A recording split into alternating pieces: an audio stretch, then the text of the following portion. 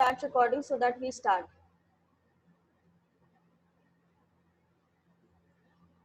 Okay. So, sir, I take this, all the honor and privilege to welcome you here on this platform.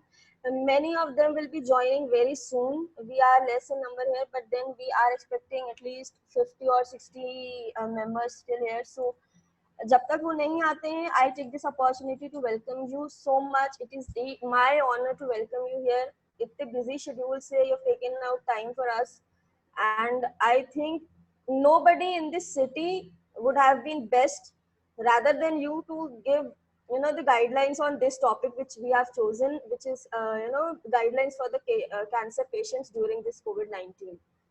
Thank you very much for giving me this opportunity to share my views and whatever little bit I can do for society. No, sir, I know that you have always been doing it. And since ages means if I would like to share means आज से 10 साल पहले अगर मैं चली जाऊं, शायद आप भूल रहे होंगे या मुझे याद कर पाएंगे, पता नहीं. आज से 10 साल पहले आपने जो किया था वो शायद और कोई नहीं कर सकता था, वो और कोई नहीं कर सकता था, आप ही कर सकते थे उसको. So it's basically it's your kindness to appreciate that. No, sir. It's all it's all in your hands. जब बोलते हैं ना, आजकल बोल रहे हैं कि भगवान नहीं आ सकते थे तो उन्होंने डॉक्टर्स को का ही रूप ले लिया है. तो ये चीज तो मैं बहुत पहले ही मान चुकी थी कि भगवान नीचे नहीं आ सकते, इसलिए उन्होंने आप जैसे लोगों को हमारे पास दिया हुआ है कि यस यू हैव दिस. तो आप इन लोगों से वो करते रहिए. Sir, like to introduce our very eminent guest, Dr. Atul Kumar Samaya. He is Head Oncology Services, Bansal Hospital, Bhopal. And he is the best. I guess he is the best cancer specialist in the entire city with many professional, personal experiences. I can, claim this, that he is the best. Sir has a lot of degrees, जो हमारे लिए मेरे ख्याल से बहुत मुश्किल होगा समझने के लिए भी. मैं रिसर्च कर रही थी सर के ऊपर, तो पता नहीं बहुत सारी डिग्रीज थी जो उन्होंने फॉरेन से भी की हुई हैं. And then from MBBS he has done from his government medical college Jabalpur. And जो डिग्री सर्जिकल ऑन्कोलॉजी में किया है उन्होंने वो दिल्ली एम्स से किया है, and so on. And he has 50+ international publications, if I am not wrong. 50+ ही होंगे शायद sir. Yeah, it's around 50. Yeah, 50+. And then 8 and more fellowships, which include international fellowships also. Yeah. Yes. So, मतलब ये बहुत शायद कम है. And he is been serving humanity since long. He started with this profession of, I guess, teaching in BMHRC as assistant professor. Then he went to the Jawaharlal Nehru Cancer Hospital for 6 years. I guess he was there. And then Navodaya Cancer Hospital, and now he's giving his services with the Bansal Hospital. So I really welcome you, sir. It's an honor to have you here. So it's over to you, sir, now. Thank you very much for your kind words. And we are doing our job. We are not God, not even equivalent to God, not now second to God. We are doing our job like you are in profession of teaching. You are doing your job. You are building the nation by students. All the teachers. I have a great respect for all the teachers because they are the basically. I think there are two professions which should be most honored, and first of them is the teaching profession, because you people are the person who are building the nation. Whatever we learn from our play school days to high school level, it is all the basic foundation done by the teachers. So I think I salute all the teachers first. Doctors come second only after the teachers.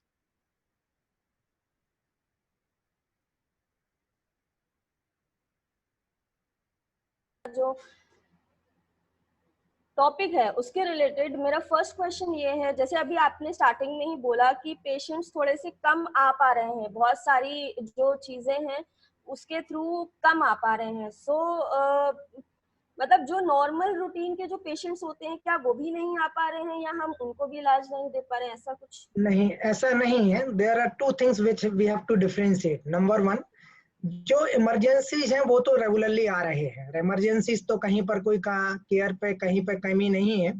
पर जो routine patients है, for example किसी को hernia है या किसी को freshly लग रहा है कि उसको ओरल कैंसर है या ब्रेस्ट में लंप है, कुछ दिन पहले नोटिस किया, तो दिस टाइप ऑफ पीपल जो लोग हैं वो थोड़ा सा डिफर कर रहे हैं, वेट कर रहे हैं कि हॉस्पिटल्स में ना जाना पड़े, क्योंकि वहां सारे तरह के पेशेंट्स होंगे एंड उनको एक फियर भी है कि कहीं कोविड इन्फेक्शन उनको ना हो जाए। तो एक तो वो है। दूसरी वजह है कि जैसे कोई आउट ऑफ सिटी है, जहाँ पे मान लीजिए कोई दमोह से आना चाहता है, कोई सागर से आना चाहता है, कोई सतना से आना चाहता है, बट गवर्नमेंट रेस्ट्रिक्शंस की वजह से उनको पासेज नहीं मिल पा रहे हैं, लोग नहीं आ पा रहे हैं। तो दोनों प्रॉब्लम्स हैं और दोनों की वजह से जो ओपीडी पेशेंट्स हैं वो निश्चित तौर पे कम हुए हैं। नॉर्मली जो हम लोग 15, मेरी ओपीडी में 15 से 20 पेशेंट्स देखते थे, वो हम लोग 6 से 8 पेशेंट अभी देख रहे हैं। ओके, तो मींस एक तरीके से ये बोले कि लोगों को डर के साथ में और जो लीगल बाउंड्रीज है उस वजह से पेशेंट्स में भी कम आ पा रहे हैं, तो हम लोगों को और जो मान लीजिए कोविड के अलावा जो और बीमारियां जैसे लोगों को है तो वो ज्यादा नहीं अभी इन दिनों सामने आ रही हैं, जी ऐसा हम हाँ, मान सकते जी हाँ बिल्कुल, क्योंकि लोग बाग अवेलेबिलिटी नहीं है, क्योंकि हैं। आप देखेंगे कि बहुत सारे लोग हैं जिनके पास पर्सनल व्हीकल्स नहीं होते हैं। करेक्ट। वो जो रेल रूट है या फिर जो बस रूट है उसके माध्यम से अपने सिटी से मूव करते हैं, पर जब उनके पास ट्रांसपोर्ट की फैसिलिटी नहीं है तो निश्चित तौर पर उनका अवेलेबल जो दूसरे शहरों में जाना कम हो जाएगा। एक वजह वो भी है। ओके। सर मेरा दूसरा क्वेश्चन ये था कि अभी हम थोड़े दिन पहले ही हमारे यहाँ सेज टॉक एक हुआ था, डायरेक्टर एम्स के सरमन जी ने किया था, जी तो वो उनके उसमें ये बता रहे थे, तभी मेरे ख्याल में आया कि मैं ये इसको करके देखती हूँ कैसा टर्न आउट होते कि ये कोविड के टाइम पे एक हार्ट पेशेंट्स और कैंसर पेशेंट्स को बहुत ज्यादा रिस्क है, मींस इनका ट्रैवल कम करना, बहुत सारी चीजें उन्होंने उसमें हमें बताई। तो मैं आपसे, because you are the specialist in this, तो मैं आपसे ये जानना चाहती हूँ कि कैंसर पेशेंट की कौन सी कैटेगरी है जो सबसे ज्यादा रिस्क पे है? हाँ, देखिए कैंसर के जो भी पेशेंट्स हैं सारे पेशेंट्स रिस्क पे होते हैं, और उसकी वजह है कि जब भी किसी भी व्यक्ति की इम्यूनिटी कम होती है तो वो किसी भी इन्फेक्शन के लिए प्रोन होता है। और जो कोविड-19 है, सार्स कोवी 2 जो वायरस है, ये बहुत ही ज्यादा इन्फेक्टिव वायरस है। इस वजह से जो कैंसर, सारे कैंसर पेशेंट्स को इस कोविड-19 का रिस्क है। पर यदि हम उसमें भी यदि सब ग्रुप करना चाहते हैं तो जो पेशेंट्स अभी कीमोथेरेपी पर हैं या जिनको ब्लड कैंसर है, सबसे ज्यादा रिस्क उन पेशेंट्स को है। ओके, मींस जो कीमोथेरेपी पे है या उसमें है, तो क्या हमें मान सकते हैं कि अगर मान लीजिए कीमोथेरेपी तो जैसे उनका डोजेस डिसाइड होते हैं या उनके डेज डिसाइड होते हैं कि इतने दिन में ही करना है, तो उसमें कुछ चेंजेस करने हैं या फिर जैसा मतलब वो बाहर आए, मतलब हम जो पेशेंट्स हैं उनको कैसे अटेंड करें हम? हाँ देखिए, हम लोगों ने दो मॉडिफिकेशंस किए हैं। पहला तो पेशेंट्स को हम काफी डिटेल में हिस्ट्री लेते हैं सेकंड कीमोथेरेपी या जो भी नेक्स्ट कीमोथेरेपी होती है उसको देने के पहले, इस समय कोई सिम्टम्स तो नहीं है। इसके साथ में ब्लड टेस्ट भी करते हैं। तो और पेशेंट्स को इंस्ट्रक्शंस भी देते हैं कि उनको घर से बाहर नहीं निकलना है, जो भी गवर्नमेंट के नॉर्म्स या गाइडलाइंस हैं उनको फॉलो करना है। और दूसरे तरह के पेशेंट जिनका कीमोथेरेपी अभी स्टार्ट नहीं हुआ है, उनके लिए उनके लिए नाम्स अलग है। हम ये देखते हैं कि उनको अभी पोटेंशियली कीमोथेरेपी का ओवरऑल कीमोथेरेपी का बेनिफिट यदि हम देखें तो लगभग 10 से 12% होता है सारे पेशेंट्स को मिलाकर। तो हम ये देखते हैं कि किसको बेनिफिट ज्यादा है, किसको बेनिफिट कम है। जैसे स्टेज 4 कैंसर हैं जहाँ पे हमें पता है कि जो कीमोथेरेपी है उनकी लाइफ को कुछ मंथ्स के लिए ही प्रोलॉन्ग कर रही है या लिमिटेड बेनिफिट है, ऐसे पेशेंट्स में हम कीमोथेरेपी अवॉइड करते हैं और उनको ओरल फॉर्म की कीमोथेरेपी देते हैं जहाँ वो घर पे ले सकते हैं, या फिर उनकी कुछ मेडिसिन चेंज करते हैं जो ज्यादा रिस्क, जिनसे इम्यूनो सप्रेशन ज्यादा होता है, ब्लड काउंट ज्यादा सप्रेस होते हैं, वो कीमोथेरेपी नहीं दी जाती है। और फिर ये देखते हैं कि पेशेंट को यदि कहीं से भी कोई मेडिकल प्रॉब्लम्स है, जैसे कि हार्ट प्रॉब्लम है, डायबिटीज है, ऐसे पेशेंट्स में कोशिश करते हैं कि कीमोथेरेपी पहले तो फर्स्ट टाइम जो लॉकडाउन हुआ था उस समय तो स्ट्रेटेजी ये थी कि जो मिनिमल बेनिफिट है या कम बेनिफिट है उनको कीमोथेरेपी ना दी जाए, जिनको हाई रिस्क है उनको नहीं दी जाए। क्योंकि ये कोविड का टाइम बढ़ता जा रहा है और अभी हमें भी नहीं पता ये कब तक चलेगा, इसी वजह से फिर कुछ कुछ लिमिटेड केसेस में हम लोगों ने कीमोथेरेपी रूटीन केसेस में शुरू की है।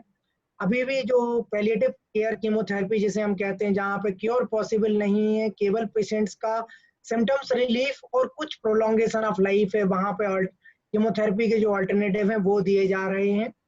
और बाकी पेशेंट्स अभी जैसे कुछ सेंटर्स ने शुरू किया है कि कोविड टेस्ट करने के बाद at least twice in a month covid test करने के बाद उनको कीमोथेरेपी दी जा रही है।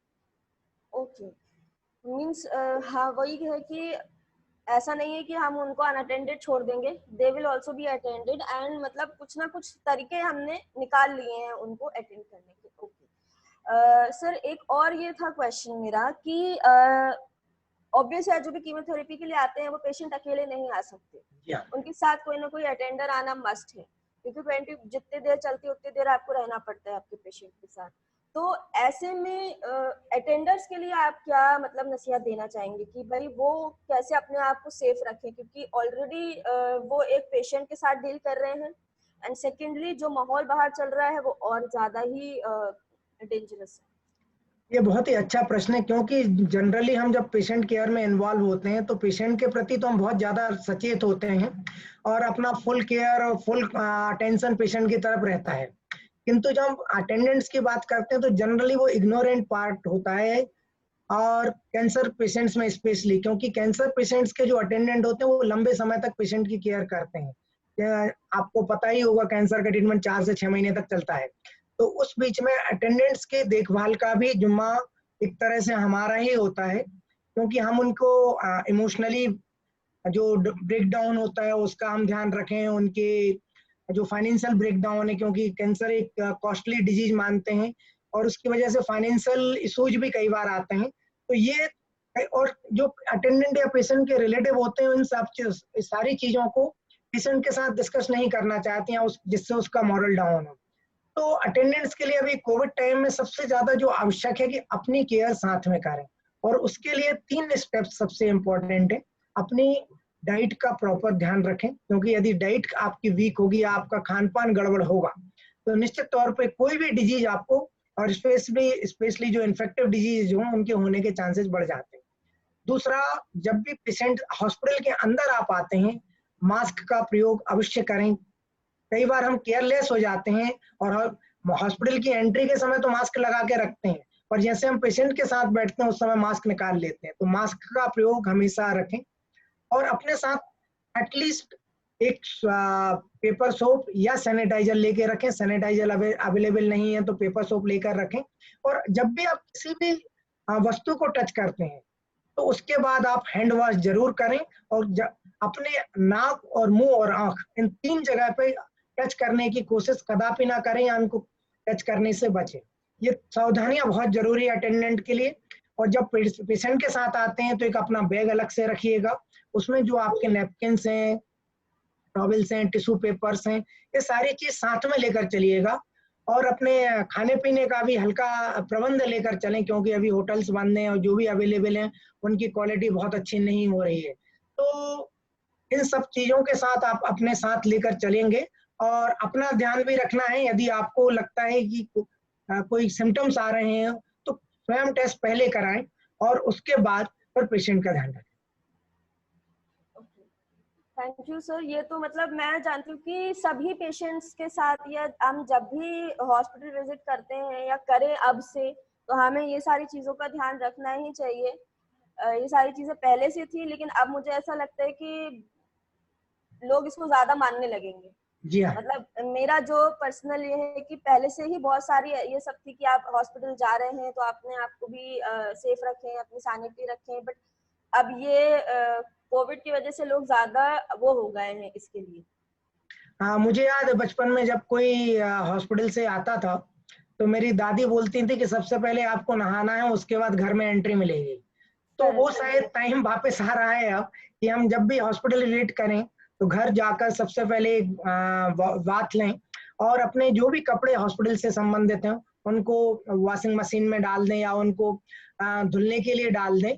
तो ऐसा करने से आप जो इन्फेक्शन है उसको मिनिमाइज कर सकते हैं। अकेला कोविड ही नहीं, बाकी इन्फेक्शंस को भी आप मिनिमाइज कर सकते हैं। करेक्ट। बाकी मतलब मेरा जो एक ये रीजन था इसको ऑर्गेनाइज करने का कि हम लोग जो कोविड से इतना मतलब डर बना के बैठ गए हैं, ऐसा नहीं है, और भी बहुत सारी ऐसी बीमारियां हैं या ऐसी चीजें हैं जिनसे हमें बच के रहना है। अगर हम सिर्फ एक ही तरफ सोचते रहेंगे तो मेरे ख्याल से बाकी सारी चीजें हम ड्रॉप आउट कर देंगे या भूल जाएंगे। ऐसा भी मतलब एक पॉसिबिलिटी मुझे लगती है हाँ, कि देखिए जो आपने डर शब्द का प्रयोग किया, वास्तव में इस बीमारी को लेकर डर ज्यादा है। यदि अच्छा। हम बात करते हैं H1N1 जो स्वाइन फ्लू है, वो इससे करेक्ट। ज्यादा खतरनाक है। पर प्रॉब्लम ये है कि वो लिमिटेड एरिया में होता है, एंडेमिक रहता है, इस वजह से जो डेथ का रेशियो होता है, जबकि डेथ रेशियो स्वाइन फ्लू का ज्यादा है। कोविड की तुलना में ज्यादा लोग स्वाइन फ्लू की वजह से मरते हैं। करेक्ट। परंतु इसकी इन्फेक्टिविटी ज्यादा होने की वजह से, वो pan endemic basically all over India या पूरे वर्ल्ड में एक साथ होने की वजह से नंबर ऑफ बेड्स की रिक्वायरमेंट बढ़ जाती है, वेंटिलेटर की रिक्वायरमेंट बढ़ जाती है। इस वजह से गवर्नमेंट के लिए तो डरने की बात है, जो एडमिनिस्ट्रेशन है उनको डरने की बात है, पर एक आम आदमी को उतना डरने की जरूरत नहीं है। Out of 100 patients of Covid 80 will not develop any problems, और जो 20% लोगों में होते हैं उनमें से भी 15% को सिर्फ ऑक्सीजन की आवश्यकता होती है। जैसा कि सभी लोग जानते हैं, ये वायरल इन्फेक्शन है। वायरल इन्फेक्शन का कोई जनरली ट्रीटमेंट नहीं होता है। आपकी बॉडी की इम्यूनिटी को उससे फाइट करना है और उससे रिकवर करना है। जो मेडिकल मैनेजमेंट होता है, उस के जो कॉम्प्लिकेशंस हो रहे थे उनमें सपोर्टिव मैनेजमेंट होता है, सपोर्टिव ट्रीटमेंट होता है, ताकि आप उस कॉम्प्लिकेशंस को, आपकी बॉडी की इम्यूनिटी जब तक काम नहीं कर रही है, उस पर काम कर सके। तो ये जो वायरल इन्फेक्शन है, दूसरे flu like viral infection, corona बहुत कॉमन इन्फेक्शन होता है फ्लू के लिए, कॉमन फ्लू या कॉमन कोल्ड के लिए, उसी का एक वेरिएंट है। तो दूसरी प्रॉब्लम जो इसके साथ आ रही है, चूंकि ये most likely left generated virus है, इसके बारे में प्रिडिक्शन करना, इसके बारे में अमूमन बात करना, और अपने सभी लोग अंदाजा लगा रहे हैं इसके बारे में। बहुत सारी, जो पहले आपने पढ़ा होगा कि हाइड्रोक्सी क्लोरिन है, क्लोरोकिन है, बहुत अच्छा काम कर रही है, पर अभी जो आज और कल जो रिसेंट पब्लिकेशंस आए हैं उनके हिसाब से हाइड्रोक्सी क्लोरोकिन का बहुत ज्यादा रोल नहीं है। इसी तरह रेमडेसिविर जो मेडिसिन है उसका भी लिमिटेड रोल है। तो इस तरह से हम इसको लेके पैनिक होने की जरूरत नहीं है। ये एक डिजीज है, दूसरी बीमारियों की तरह है। पैनिक होने की जरूरत गवर्नमेंट को है, क्योंकि गवर्नमेंट, यदि बहुत सारे लोग अफेक्ट होते हैं तो गवर्नमेंट को उतने बेड्स की आवश्यकता होती है, उतने वेंटिलेटर की आवश्यकता होती है। तो ये स्वाइन फ्लू से कम डेंजरस है, और जो लोग स्वाइन फ्लू को देख चुके हैं उनको पता होगा कि स्वाइन फ्लू कहीं ज्यादा डेंजरस है। और उससे लेके जो हम नहीं डर रहे हैं, तो कोविड से डरने की जरूरत नहीं है, पर सावधानी हर वक्त रखने की आवश्यकता है, क्योंकि यदि सावधानी नहीं रखेंगे तो निश्चित तौर पर ये खतरनाक हो सकता है। करेक्ट। सही बात है, ये तो मैं हमेशा से ही मानती आई हूँ सर। मेरा जो एक हमारी एचएम मैडम है, जो हमारी प्रिंसिपल है स्कूल की, उन्होंने आपसे क्वेश्चन किया है सर जी। कि हाउ हम अपने बड़ों का ध्यान कैसे रखें, how what special care should we give to them. मेरे को मतलब अभिप्राय बड़े मतलब बुजुर्ग लोगों से है, मेरे को लगता है जी। जी, जो लोग 60 साल से ऊपर हैं स्पेशली, और जिनको मेडिकल प्रॉब्लम्स हैं, जो 50 साल के ऊपर हैं, किसी को डायबिटीज है, हार्ट प्रॉब्लम है, या इम्यूनिटी डाउन है किसी और वजह से, ऐसे लोगों के लिए सबसे ज्यादा आवश्यक है कि उनके साथ आप फिजिकल डिस्टेंस बना के रखें। फिजिकल डिस्टेंस घर परिवार में यदि आप बाहर निकल रहे हैं घर से, तो उनके साथ एक फिजिकल डिस्टेंस हमेशा रखें।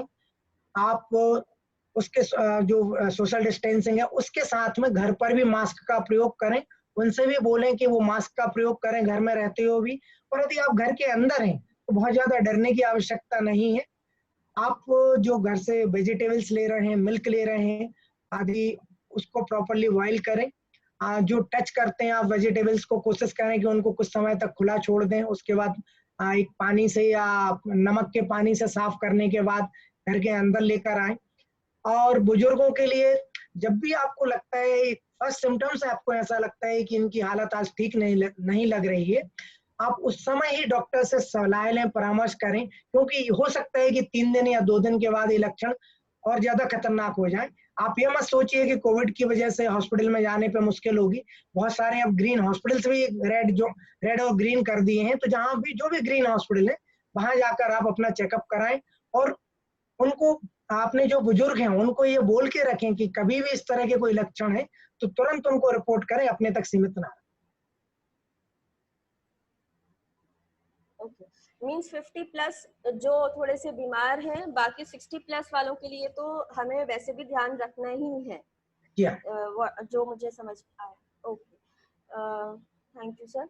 एक क्वेश्चन था कि अगर किसी कैंसर पेशेंट को, मान लीजिए उसकी कीमो चल रही है या रेडिएशन चल रहा है या whatever may be the reason, उनका ट्रीटमेंट चल रहा है, they are in the treatment channel, तो और वो कोविड-19 से इफेक्ट होते हैं, तो क्या चांसेस हैं, मतलब उनके लिए कैसे, मतलब क्या चांसेस हैं उनके ठीक होने के या देखिए ट्रीटमेंट ये, करके? हाँ, ये बड़ा मुश्किल प्रश्न है और इसका जवाब देना भी थोड़ा सा डिफिकल्ट है। कारण यह है कि यदि कोई भी मरीज जो पहले से किसी बीमारी से ग्रसित है, यदि वो कोविड पॉजिटिव यदि वो कोविड पॉजिटिव होता है, बाकी एक सामान्य व्यक्ति की तुलना में रिस्क काफी ज्यादा होता है। हाँ, रवि को म्यूट कर दीजिए। तो जैसे सर्जरी, यदि किसी कोविड पॉजिटिव पेशेंट की सर्जरी की जाती है, तो नॉर्मली हम बोलते हैं किसी भी मेजर सर्जरी की जो डेथ रेट है लेस देन 1% होती है। इस केसेस में 30% डेथ है। So that is very very high.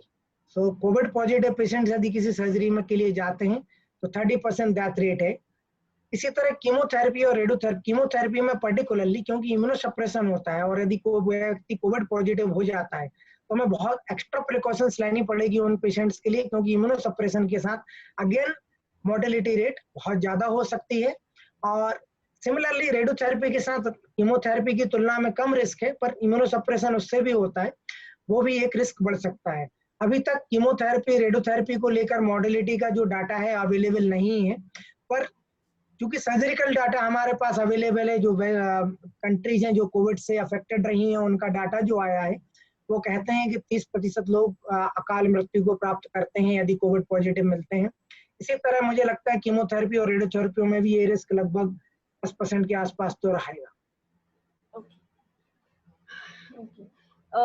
Sir, आपके एक्सपीरियंसेस से, और आप मतलब इतने सालों से इतना एक्सपीरियंस है आपको, तो आप हम लोग के साथ जो जुड़े हुए हैं उनको, जो नॉर्मल पेशेंट्स हैं और जो पेशेंट कैंसर पेशेंट्स के अटेंडर्स हैं या उनके साथ रह रहे हैं या उनके ट्रीटमेंट में हैं, आप उनको क्या एडवाइस, मतलब आप क्या ऐसे कुछ पॉइंटर्स देना चाहेंगे कि भाई आप, ये नॉर्मल लोगों को तो ध्यान रखना ही है, बट जो अगर आप कैंसर पेशेंट्स के अटेंडर्स हैं या आप उनके साथ रह रहे हैं, उनका ट्रीटमेंट चल रहा है, तो उनको क्या आप मतलब एडवाइस करना चाहेंगे?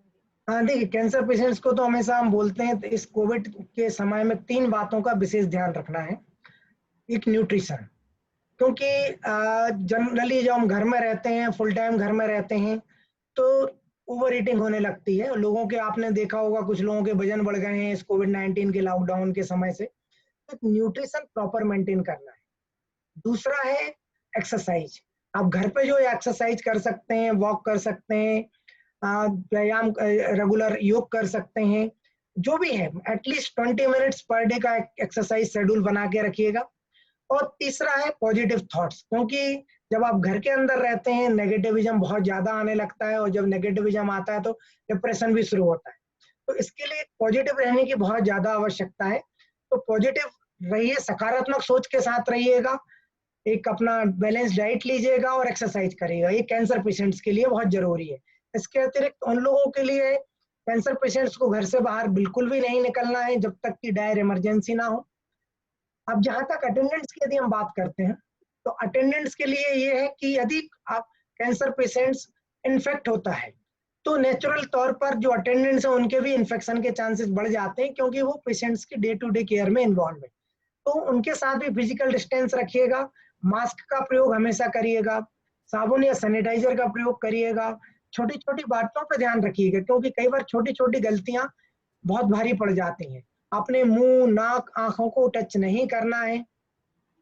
और कैंसर पेशेंट्स के साथ उनका कोशिश करिए, यदि वो कीमोथेरेपी, स्पेशली रेडियोथेरेपी या कीमोथेरेपी पे हैं, तो उनको एक आइसोलेशन रूम हो जहाँ पे जो भी व्यक्ति उनके पास जाए हैंड सैनिटाइज करके जाए, मास्क लगा के जाए, और जब भी उनके पास जाता है पेशेंट से भी रहें, बोलें कि वो मास्क लगा कर रहें और 1 मीटर की डिस्टेंस पर।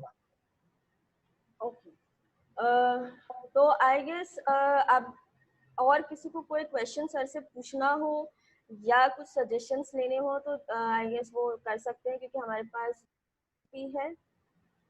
सर ने मुझे पहले बोला था 40 मिनट का ही हम रखेंगे, तो आई विल मेक श्योर कि हम 40 मिनट में ही इसको फिनिश करें। Razia ma'am, can या I ask one question? बिल्कुल Sir, sure. good evening, sir. Good I want evening. to ask that is cancer a genetical disease? Can pass from one generation to another also? Basically, yes, cancer is a genetic disease, but hereditary is only 10%. There are two different things, genetic and hereditary. Genetic का तात्पर्य या जो meaning होता है, genetic means whenever cancer arise there is some genetic changes in our body. क्योंकि ये common questions होता है कि वो स्मोकिंग करता था, टोबैको च्यूइंग कर रहा है 15 साल से, उसको कैंसर नहीं हुआ, मैं तो 5 साल ही किया और मुझे हो गया।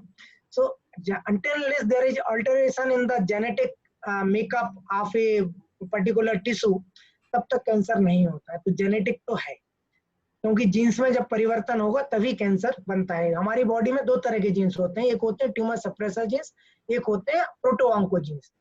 तो यदि ट्यूमर सप्रेसर जो जीन्स है, ट्यूमर को जो सप्रेस करता है, वो डीएक्टिवेट हो जाए, या फिर जो प्रोटोऑन्को जीन्स है जो कैंसर को करने के लिए, मतलब कैंसर को प्रमोट करता है, वो ऑन्कोजीन में कन्वर्ट हो जाए, वो एक्टिवेट हो जाए, तभी कैंसर बनता है। और हेरिडिटरी जो आपने पूछा, एक जनरेशन से दूसरे जनरेशन, इसको हम हेरिडिटरी कैंसर्स कहते हैं। तो ओवरऑल हेरिडिटरी कैंसर लगभग जितने कैंसर्स होते हैं उनका 10% होता है। 90% कैंसर स्पोरेडिक होते हैं, जहां पे कोई फैमिली हिस्ट्री नहीं होती है या कोई डेफिनेट जीन्स का कोई आइडेंटिफिकेशन नहीं होता। Thank you sir. मतलब ये क्वेश्चन तो मुझे भी आया था दिमाग में, बट मुझे ये लगा कि हेरिडिटी कैसे, मतलब कैसे ये, वो हेरिडिटी तो नहीं होता होगा, मैं खुद से ही सोच ली थी कि हेरिडिटी नहीं होता होगा, सेल्फ उसको कह सकते हैं कि मोटिवेशन की नहीं होता होगा। और किसी को क्वेश्चन कोई सर से पूछना हो तो पूछ सकते हैं, जितने भी लोग हमारे यहाँ साथ में हैं। Actually I want to ask one question sir. कभी कभी ऐसा होता है हमें, जैसे अभी कोविड-19 का चल रहा है, उसके अलावा लग रहा है कि सारे लोगों की बीमारियां एकदम से खत्म हो गई हैं। अदरवाइज सबको लगता है तुरंत जरा सा भी कुछ हो तुरंत डॉक्टर के पास, फिर डॉक्टर के पास, again and again we visit to the doctor. लेकिन I think within these 3 months, 2.5 months, we have seen this ratio is reduced. तो ऐसा क्यों है? या तो हम सोचते हैं इसलिए बीमार होते हैं, या फिर हम पूरे टाइम ये सोचते हैं कि डॉक्टर के पास जाके शायद जल्दी ठीक हो जाएंगे, इसलिए ज्यादा हम बीमार होते हैं। नहीं, उसकी आपने जो क्वेश्चन है आपका काफी वैलिड क्वेश्चन है। इसकी 3 वजह हैं। पहला है कि जब हम घर से नहीं निकलते हैं तो आपका स्ट्रेस लेवल कम हो जाता है। जब आप घर से बाहर होते हैं तो स्ट्रेस लेवल बढ़ जाता है, इसलिए जो हार्ट अटैक हैं, स्ट्रोक्स हैं, इनका रेशियो कम हो जाएगा। दूसरा, पॉल्यूशन लेवल काफी कम हो गया है, आप कार्बन उत्सर्जन लगभग 15% कम हो गया है। तो जब पॉल्यूशन लेवल कम होता है तो निश्चित तौर पे जो वायरल इन्फेक्शन, जो बाकी इन्फेक्शन है, और जब घर से नहीं निकलते तो बाकी इन्फेक्शन आपको होना ही नहीं है, वायरल इन्फेक्शन, बैक्टीरियल इन्फेक्शन भी नहीं होना है, तो निश्चित तौर पे जो इन्फेक्टिव डिजीजेस हैं वो भी कम हो जाएंगी आपकी। और तीसरा ये है कि जब पॉल्यूशन कम हुआ, इन्फेक्टिव डिजीज कम हुई, स्ट्रेस कम हो गया लोगों का, तो जो स्ट्रेस रिलेटेड डिजीज हैं वो भी कम हो जाते हैं। जो आपने बोला डॉक्टर्स के पास जाने से, नहीं, जब आपके पास इजी अवेलेबिलिटी होता है कि आज फीवर है, चलो हम दिखा लेते हैं, कहीं ऐसा ना हो कुछ मेजर प्रॉब्लम है, 2 दिन से फीवर। अभी लोगों को ये लग रहा है यार फीवर है, कोई बात नहीं, हम क्रोसिन ले लेते हैं, ऐसा ना हो कि वहां जाके मुझे कोविड ना हो जाए। और बहुत सारे इन्फेक्टिव डिजीजेस 3 से 4 दिन में स्वयंता ठीक हो जाते हैं, तो एक वजह ये भी है। और जहां तक हॉस्पिटल्स में कम रश होने की वजह है, एक जो सबसे पहले मैंने कहा, पहली वजह है कि पेशेंट्स थोड़े से डरे हुए हैं हॉस्पिटल आने के लिए। दूसरी वजह है कि उनका ट्रांसपोर्टेशन नहीं मिल रहा है लोगों को बाहर से, स्पेशली गांव से आने के लिए, छोटे शहरों से आने के लिए। और तीसरा, ये जो आपने कहा कि कुछ डिजीजेस निश्चित तौर पे हार्ट अटैक्स हैं, स्ट्रोक्स हैं, इन्फेक्टिव डिजीजेस हैं, ये कम हो गई है। आप घर से बाहर नहीं निकलेंगे, मच्छर भी नहीं काटेंगे, मलेरिया भी नहीं होगा। बिल्कुल, मुझे भी ये लगता है कई बार घर के बाहर का खाना खाने से भी व्यक्ति ज्यादा बीमार होता है। अभी everybody is eating at home, और जो भी हम खा रहे हैं एकदम फ्रेश, धुला हुआ, अच्छे से बना हुआ खाना खा रहे हैं। और आप ज्यादा ध्यान दे रहे हैं अभी साफ सफाई पे, पहले इतना शायद नहीं देते। बिल्कुल बिल्कुल बिल्कुल, I agree with you. Thank you so much sir. Okay, तो वैलिड क्वेश्चन है कि पहले मैम ने जो पूछा कि पहले लगता था 2 दिन बुखार आए डॉक्टर के पास चले जाएंगे ठीक हो जाएगा, या थोड़ा सा भी लग गया है डॉक्टर के पास चले जाएंगे, ठीक हो जाएगा। एक साइकोलॉजी बन जाती है कि डॉक्टर के पास जाएंगे तो मे भी ठीक हो जाएगा। मतलब अभी बहुत ही मतलब ये रिलेवेंट हो गया, मैम ने पूछा और ये सेम चीज हुई कि अभी 2-4 दिन पहले मुझे चोट लग गई थी, तो मुझे डर लग रहा था कि मैं टेटनिस कैसे लगवाने जाऊँ डॉक्टर के पास। तो हस्बैंड ने बोला मैं खुद ही लगा देता हूँ, तुमको तुमको कहीं जाने की जरूरत नहीं है। तो ये मतलब एक सिर्फ साइकोलॉजी है कि आपको जाना है डॉक्टर के पास तो आप ठीक हो जाओगे। ऐसा ये भी एक मिथ ब्रेक हो गई है इस बीच में कि नहीं, हम अपना केयर खुद रखेंगे तो मे बी हमें इतना डॉक्टर के पास जाने की जरूरत नहीं पड़ेगी। बिल्कुल, कम बीमार होंगे हम। कम बीमार होंगे। और किसी का कोई क्वेश्चन हो तो पूछ सकते हैं, थोड़ा ही टाइम बचा है, 2-4-6 मिनट बचे हैं हमारे पास। एक टेटनेस का जो कि आपने प्रश्न किया है कि टेटनेस, प्रश्न ही किया है जो आपने बोला कि टेटनेस, इसको लेके मैं क्लेरिफिकेशन देना चाहता हूँ। यदि टेटनेस किसी को लास्ट 5 इयर्स में लगा हुआ है तो उसको रिपीट लगाने की आवश्यकता नहीं। ओके, मतलब हमें 6 मंथ का पता था कि 6 नहीं, महीने 5 इयर्स जो टेटनस टॉक्साइड है इसकी इम्यूनिटी, स्पेशली जिनका वैक्सीनेशन पूरा हुआ है, जिन लोगों का वैक्सीनेशन पूरा हुआ है, चाइल्डहुड वैक्सीनेशन टेटनस के लिए जो डीपीटी होता है उसमें टी फॉर टेटनस होता है, यदि पूरा हुआ है तो उनको 5 इयर्स तक रिपीट टेटनस इंजेक्शन लगाने की आवश्यकता नहीं है। ओके, मतलब ये तो रियली बहुत ही इंफॉर्मेटिव था, बिकॉज हम तो 6 महीने का ही सोचते थे कि 6 महीने टेटनस हो गया, ओवर हो गया, अब तो लगवाना ही पड़ेगा अगर लगी है तो करके। और ऐसे समय में तो बाहर जाके करने का भी काफी डिफिकल्ट था, बट अब तो लग गया, खैर sir. Lavanya ma'am, sir Lavanya ma'am आप सुन पा रहे हैं? ओके, ठीक है। So sir, I'm really grateful to you to join with this session of ours. अपने टाइम निकाला, हमको बहुत इंफॉर्मेटिव, मतलब जो डर था वो भी कम्प्लीटली, मेरा तो खैर खत्म हो ही गया है, बाकी जितने लोग होंगे उनका भी हो ही गया होगा कि मैम भी बोल रहे हैं। मैम हम लोग तो स्कूल जा रहे हैं तो हमारा तो डर ऑलरेडी जा चुका है, और आप लोग तो इतने दिनों से हॉस्पिटल घर one and the same thing, so डर की तो बात ही नहीं आती। हम लोग का भी स्कूल जाते जाते खत्म हो गया, जो थोड़ा बहुत बचा था मे बी वो मेरा तो इस सेशन से चला गया है, बिकॉज मुझे सीरियसली डर था। तो मैंने कहा किसको ऐसा लाऊं कि मैं खुद भी मोटिवेट हो जाऊं और बहुत सारे लोग और भी हो जाएं। so I thought कि you will be the best person for this. So sir, thank you so much for coming. And अभी क्योंकि हम ये जूम प्लेटफॉर्म पे मिल रहे हैं तो मैं आपको फिजिकली तो कुछ नहीं दे सकती, because I request Lavanya ma'am to share the e certificate which we have prepared for sir.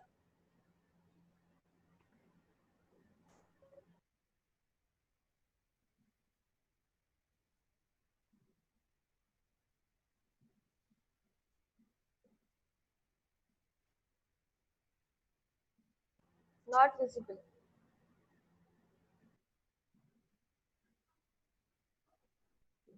Thank you. Thank you very much for this opportunity to share my thoughts with all of you. And if you feel anything in future also, I am ready to help all of you for any queries or any other problems related to the COVID or the cancer. ये तो है sir. मुझे कभी भी कोई problem होती है मैं सर को मैसेज कर देती हूँ, and he is always there on WhatsApp to reply whenever he sees. So अगर आप लोगों को कैंसर से रिलेटेड, कोविड से रिलेटेड, किसी से भी related you want to ask, sir is always there in Bansal hospital, he is taking care over there. नहीं तो आप मुझे कांटेक्ट कर लीजिए, मैं सर का नंबर दे दूंगी, परेशान कर दूंगी। We need the contact. Thank you so much. Thank you, sir. Thank you so much. I will share, Smita ma'am, I will share. Yes, thank you. Okay. Thank you very much. Lavanya ma'am can end the meeting. She is the host.